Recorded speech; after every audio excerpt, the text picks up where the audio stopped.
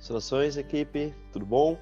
No nosso caminho da dor, nós passaremos por uma série de estudos para que a gente possa compreender de fato, não é, cada vez mais a dor. Desses estudos, teremos uma formação, desde leitura de capítulos de livro, artigos científicos, até mesmo a conversa, não apenas com terapeutas, mas também com os pacientes, para que a gente possa entender de fato como que a dor influencia as pessoas, né?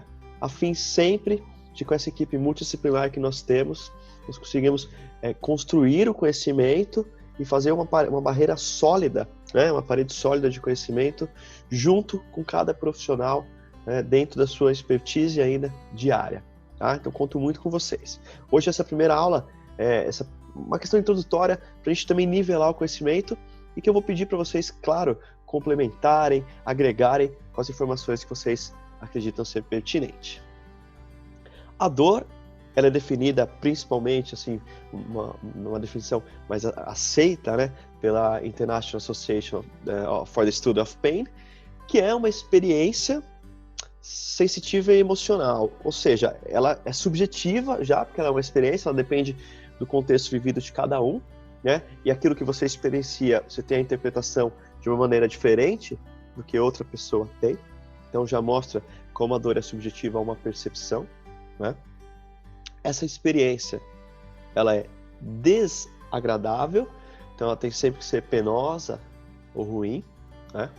E ela é associada a uma lesão. Só que essa lesão, ela não necessariamente precisa degradar, vamos falar assim, um tecido, pois a potencialidade de gerar a lesão é o suficiente para que o tecido, para que o sistema álgico, né, o sistema doloroso, já capte essa informação e envie o sinal doloroso que será interpretado como dor. Então, essa é a principal definição de dor. O que nós percebemos? Que, de fato, o sistema doloroso, ele, numa eminência de perigo, ele já será ativado, né? Então, não necessariamente ele vai ser ativado só quando tiver uma lesão, ele é ativado anteriormente a isso. Até a gente sabe que a própria percepção ou acreditar que você estaria em risco já poderia, de fato, acionar esse sistema, né? E que essa informação, quando ela é levada ao sistema nervoso central, quando ela é levada ao cérebro, ela vai ser interpretada e essa interpretação ela vai gerar as esferas afeto-emocionais, cognitivas, resultados comportamentais, e o quanto ela é intensa para a pessoa ou não, depende muito também das experiências que ela viveu. Então, ela é muito complexa, tá? Vamos começar entendendo sobre a dor aguda. A dor aguda, que é considerada aquela dor fisiológica, ela tem um caráter de ser um sinal de alerta. Porém, esse sinal de alerta, ele deve estar proporcionalmente correlacionado com a intensidade do estímulo, né? Caso isso não ocorra, você já tem alguma alteração naquela via. Então, se eu normalmente são 3 estímulos que conseguem estimular a dor, né? Mecânico, térmico e químico. E, claro, polimoidais. E cada fibra dolorosa tem a capacidade, cada fibra, a fibra C, os tipos de bainha de mielina nas fibras, que vão a fibra C, a beta, a delta, vai determinar o tipo específico de nociceptor que nós temos. Normalmente, esses nociceptores, que são as extremidades axoniais livres, né, elas vão estar sempre, vamos colocar assim, num ponto neutro, para quando você tiver uma pressão ou tiver uma coisa muito quente, ela atinge o seu limiar e dispara essa informação. Quanto mais você vai ter o estímulo, mais essa informação tem que ser disparada. É claro, no processo, por exemplo, de inflamação que será gerado pós até mesmo uma lesão, você vai ter ali uma hiperalgia, até por conta das substâncias químicas que são liberadas, prostaglandina do tipo E2, bradicininas, interleucinas também, né? E aí, é claro, que aquele receptor vai ficar hipersensível. Mas, no contexto geral, esse sinal de alerta é sempre proporcional, né? Quando ele perde a proporcionalidade, você já começa a ter um problema. E essa proporcionalidade do quanto de informação será enviada referente ao estímulo que chegou, ela pode ser perdida de acordo com um estímulo muito longo, de acordo com, de fato, reações químicas na região, e assim por diante. Mas basicamente a dor fisiológica deve funcionar como sinal de alerta, que é essa dor aguda. E aí essa dor, que será, claro, que surgirá inicialmente com uma lesão tecidual e será até agravada com o processo inflamatório, assim que ocorrer o reparo tecidual, ela também tem que ser diminuída, né?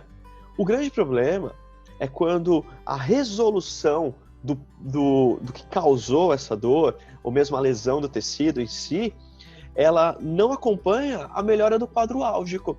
E aí você começa a ter um problema, porque você curou, você reparou o tecido, e a informação de dor ainda está sendo enviada. E aqui que nós temos a principal divisão entre uma dor aguda, que é um sinal de alerta, e uma dor crônica, que se torna uma doença. É claro, sabemos que a definição de dor crônica, inicialmente ela vinha com um caráter de tempo, né? Mais de 3 meses, uma dor que a gente muitas vezes nem vai falar crônica, você vai chamar de dor persistente. Porém, né, o grande fator assim é que você tem ela como uma doença e não mais como um sinal, né? E quando isso ocorre, o paciente, a pessoa, de fato, ela é afetada multidimensionalmente.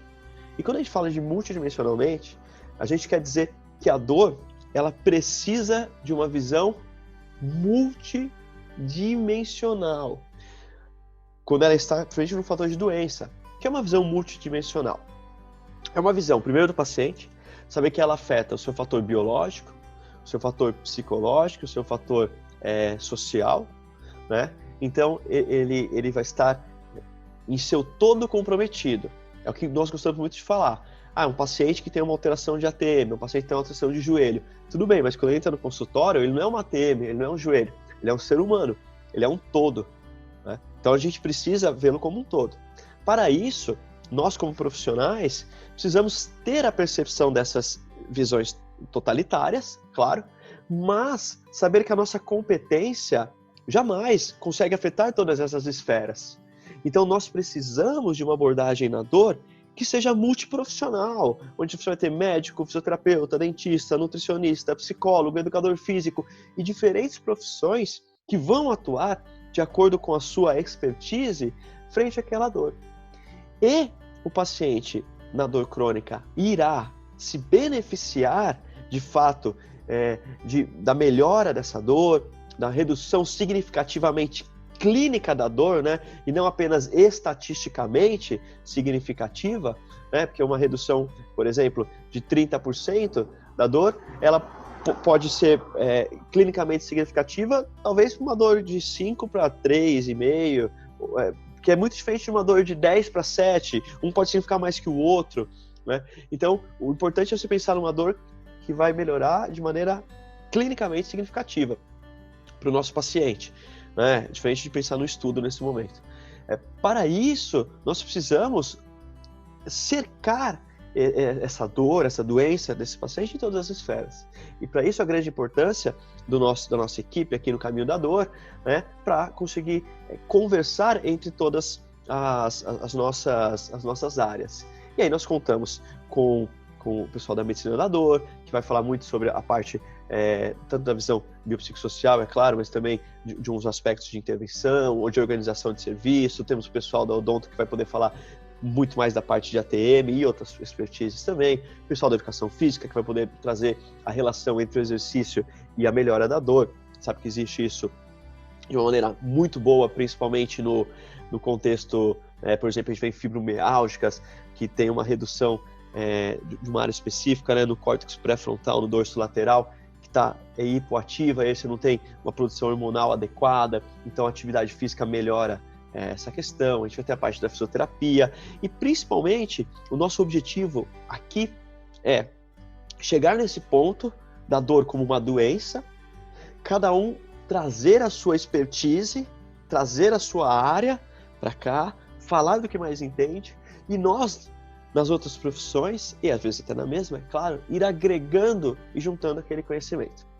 Então, para isso, vamos discutir artigos, para isso nós vamos discutir capítulos de livro, vamos falar das experiências. Eu já comecei uma série de entrevistas, que inclusive eu quero falar com muitos de vocês que fazem parte do grupo, para entender sobre como cada um trata a dor. Já também comecei entrevistas para falar com os pacientes, para ver como que eles sentem essa dor, né? Para que não exista uma frustração, sabe? O objetivo do terapeuta é diferente do objetivo do paciente. Então, esse é o nosso vídeo inicial. Eu agradeço demais que vocês estejam presentes aqui. Eu estou, de fato, assim, ó, lisonjeado com a qualidade de cada um que está aqui nesse grupo, né? Além da quantidade. Muito obrigado.